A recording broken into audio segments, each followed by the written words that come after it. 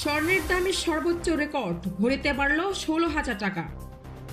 24 ঘন্টার ব্যবধানে দেশের বাজারে আবারও স্বর্ণের দাম বাড়ানোর সিদ্ধান্ত নিয়েছে বাংলাদেশ জুয়েলার্স অ্যাসোসিয়েশন বাজুস।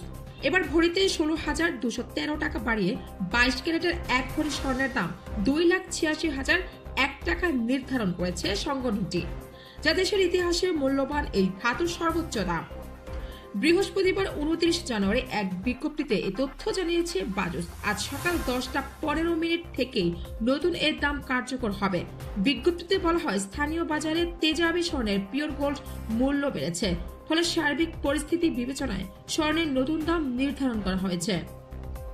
নতুন দাম অনুযায়ী দেশের বাজারে প্রতি ভরি 11.664 গ্রাম 22 ক্যারেটের স্বর্ণের দাম পড়বে 2,86,001 টাকা।